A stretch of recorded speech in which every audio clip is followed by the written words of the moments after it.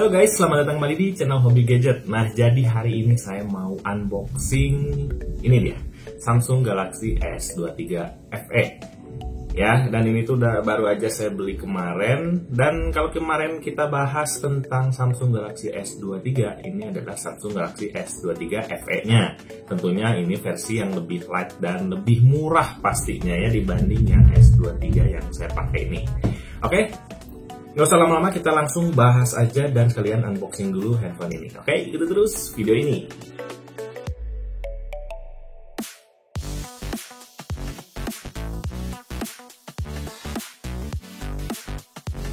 Pertama-tama kita mulai dari desain kotaknya. Ini simple banget tapi ya lumayan elegan menurut saya. Seperti kebanyakan handphone pada umumnya.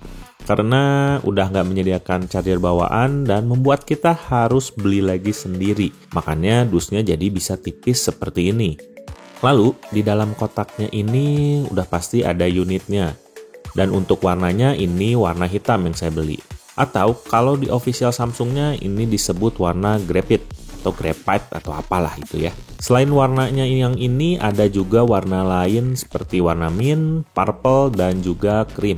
Jadi semuanya totalnya ada 4 warna. Lalu selain ponsel kita juga mendapatkan kabel charger Type-C to Type-C. Serta buku panduan dan juga nggak ketinggalan ada ejector pin untuk SIM card-nya. Nah sekarang kita langsung ke handphonenya aja. Untuk desainnya Galaxy S23 FE ini menurut saya lumayan menarik perhatian. Dan secara tampilan ini mirip banget sama handphone flagshipnya Samsung yang udah lebih dulu rilis, yaitu S23 Plus. Selain itu, pada saat HP ini digenggam ini lumayan nyaman, walaupun menurut saya ukurannya besar. Ya ini wajar lah ya, karena kan dia arahnya itu ke arah S23 Plus yang lebih light. Nah, untuk di bagian depannya seperti biasa ada layar dengan kamera selfie di atasnya. Dan gak ketinggalan, untuk speakernya atau earpiece-nya ini nyumput ya di bagian atas layarnya ini.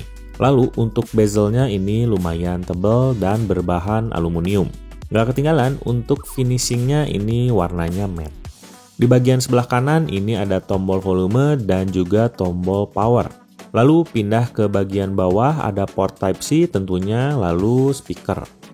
Lanjut di bagian samping kiri ini clean, tidak ada tombol apapun kecuali garis antena. Lalu yang terakhir di bagian atas ini ada slot SIM card aja sih. Nah sekarang kita beralih ke bagian belakangnya. Untuk bagian belakangnya ini covernya dibalut oleh kaca dan dilapisi oleh Corning Gorilla Glass 5. Dan ini sama dengan perlindungan di bagian layar depannya yang sama-sama menggunakan perlindungan tersebut. Selain itu untuk modul kameranya ini ada 3 buah berjejer secara vertikal. Dan jika dilihat dari samping ini modul kameranya ya ini agak sedikit menonjol. Berlanjut ke bagian layar, untuk layarnya ini menggunakan panel Dynamic AMOLED 2 kali dengan refresh rate adaptif 120Hz.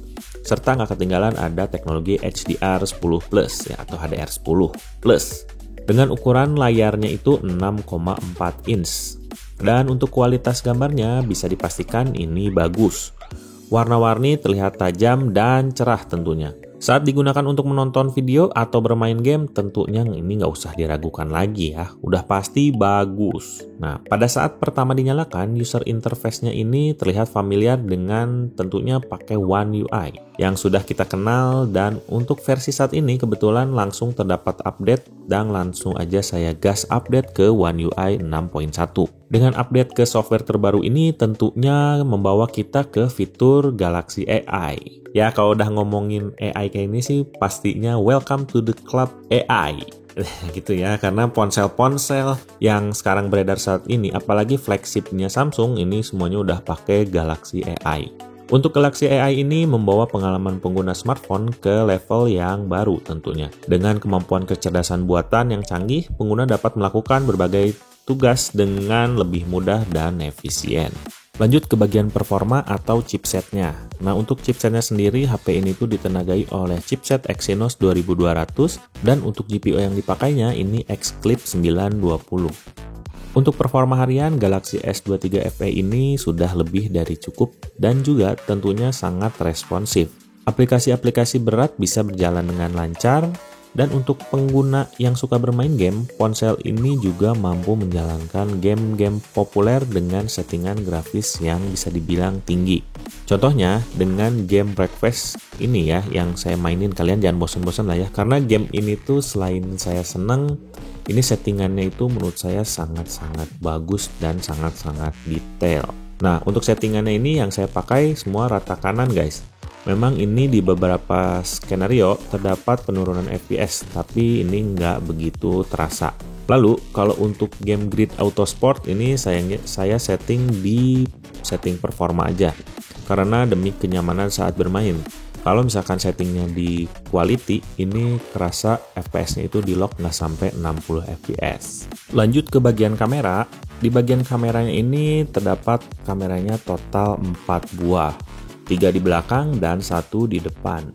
Untuk kamera utama beresolusi 50 megapiksel. Lalu untuk telefotonya 8 megapiksel dan ultrawide-nya ini 12 megapiksel. Gak ketinggalan untuk kamera selfie-nya ini 10 megapiksel. Pada saat pengambilan foto di siang hari, tentunya detail foto terlihat tajam dan warna yang dihasilkan cukup akurat. Kamera ultrawide-nya juga memberikan sudut pandang yang lebih luas. Untuk kamera selfie-nya tentu ini juga oke. Sebagai gambaran atau referensi, berikut sampel fotonya akan saya kasih guys.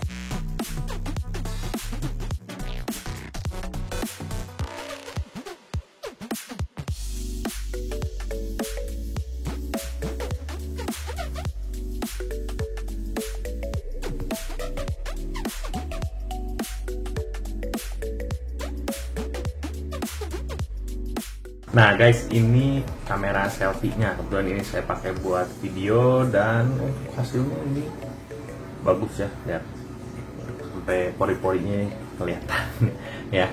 Ini hasilnya, kebetulan pencahayaan lagi cukup ya karena pakai softbox. Sekarang kita coba kalau misalkan lampunya dimatiin. Nah, kalau nggak pakai softbox kurang lebih seperti ini. Ini cahaya dari lampu neon yang di atas aja. Oke? Nah, kalau ini kamera belakangnya ini juga kebetulan kondisi cahaya yang cukup ya. Ini pakai softbox tadi. Dan kalau misalkan kita matiin softbox-nya sebentar, jadinya seperti ini. Warna yang dihasilkan masih cukup bagus ya, lihat nih warna merahnya juga. Oh, lihat. Oke. Sepertinya ini cukup ya guys ya.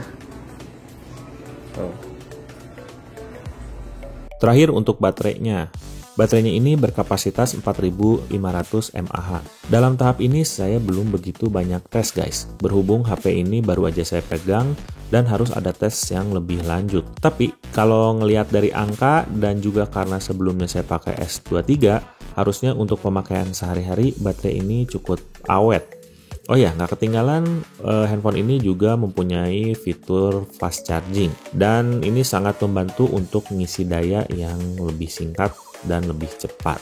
Secara keseluruhan, Samsung Galaxy S23 FE ini merupakan smartphone yang sangat menarik untuk dilirik. Dengan desain yang elegan dan nggak kelihatan sebenarnya kalau kamu itu pakai S23 FE. Bisa aja orang beranggapan bahwa ini adalah S23 Plus. Jadi ini nggak kentara banget guys perbedaannya. Jadi orang nggak akan tahu ya kalau kalian itu pakai S23 FE atau S23 Plus. Dan performa yang cukup mumpuni, terus juga kamera yang mumpuni. Ponsel ini layak untuk dipertimbangkan tentunya. Jika kalian mencari smartphone dengan harga yang terjangkau namun tetap memiliki fitur-fitur flagship, Galaxy S23 FE ini bisa menjadi pilihan yang tepat. Nah guys, jadi kurang lebih seperti itu unboxing sekaligus reviewnya ya. Dan menurut saya handphone ini tuh sangat worth it untuk kalian beli ya. Di samping harganya yang jauh lebih terjangkau dibanding seri S23 yang biasanya atau S23 Plus, kalian bisa pilih ini aja ya. Kelebihannya dan fitur utamanya pun ini ada ya. Jadi fitur yang ada di S23 yang seri biasa ini atau seri S23 Plus pasti ada di sini juga. Walaupun emang nggak semuanya ada tentunya ya, karena kan harganya pun ini jauh lebih murah. Dengan harga sekitar 7 jutaan, nanti bakal saya simpen di deskripsi, kalian udah bisa dapat smartphone yang harganya terjangkau tapi rasanya rasa flagship tentunya. Oke, dengan kapasitas storage-nya tadi saya lupa nyebutin kayaknya. Kapasitas storage-nya itu 128 GB ya, dengan RAM-nya itu 8 GB. Oh, nanti pokoknya akan saya kasih tulisannya di sini, oke? Nah, jadi paling segitu dulu aja pembahasan dari saya mengenai Samsung Galaxy S23 FE ini. Mudah-mudahan bermanfaat bagi kalian dan jadi referensi juga buat kalian. Mohon maaf apabila ada salah-salah kata dan kita akan jumpa lagi di video berikutnya. Bye-bye!